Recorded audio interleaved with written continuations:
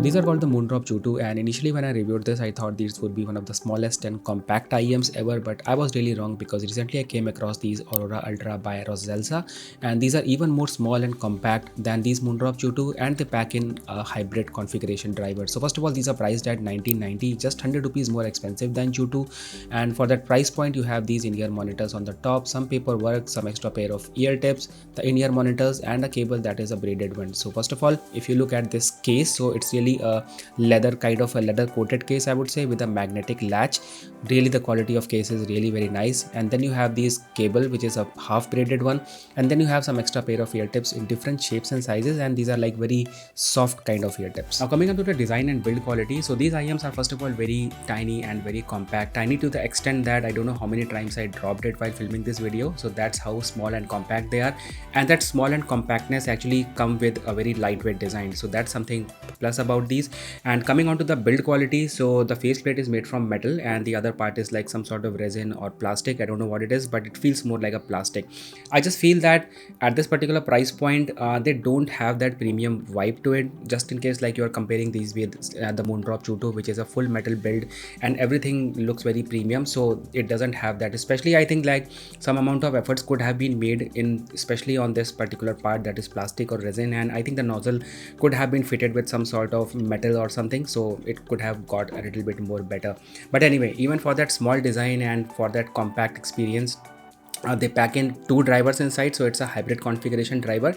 You have a 10mm dynamic driver and a 6mm planar magnetic driver. So this was something I was not expecting out of these. These IEMs cover a frequency range from 20 Hz to 20,000 Hz, so it's well within the audible range, and the sensitivity is 115 and impedance is around 30 ohms. So you can say I like the kind of parameters it has, and for that value of 30 ohms you don't even need a DAC or something. But there is a variant of these IEMs that come with DAC from the company itself, so you can get that variant. It's slightly expensive, but just in case you want to go with any third-party DACs or Type-C option, so you can go with these kind of dongles. So like for example, this one is from Portronics, it's just rupees 199.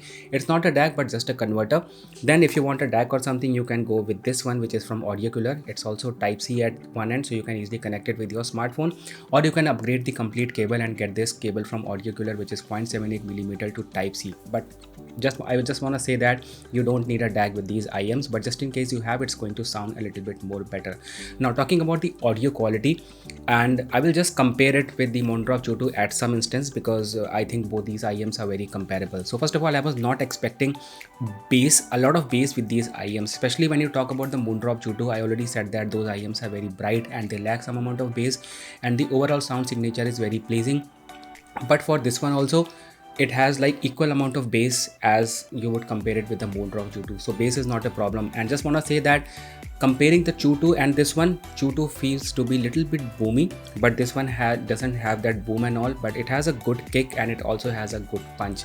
Talking about rest of their frequencies, like your mids and high frequencies, so these are like very clear in the mid frequency region, same as that of the Moondrop Chutu, and also a lot of frequencies are clear in the high frequency as well. The IEMs are not at all very sharp, and that planar magnetic driver actually gives you a very distortion free experience. So overall I would say that these IEMs have the same kind of sound signature as that of the Moondrop Chutu, but when it comes to that some sort of specific sounds, like for example you say that chun effects, that chun sound, so those sound really more clear on the Chutu because of that metal design, and metal has a property of being sonorous, so you have that kind of an advantage there. But as in this case, the construction is a mix of metal and plastic, so there is some sort of damping that is going on, so you don't have that sort of stereo and sort of reverb effect. This is like very much cutting edge thing that I'm telling you, but overall these sound as good as the Moondrop Chutu. Now talking about the final conclusion, you can use these IEMs like easily for gaming,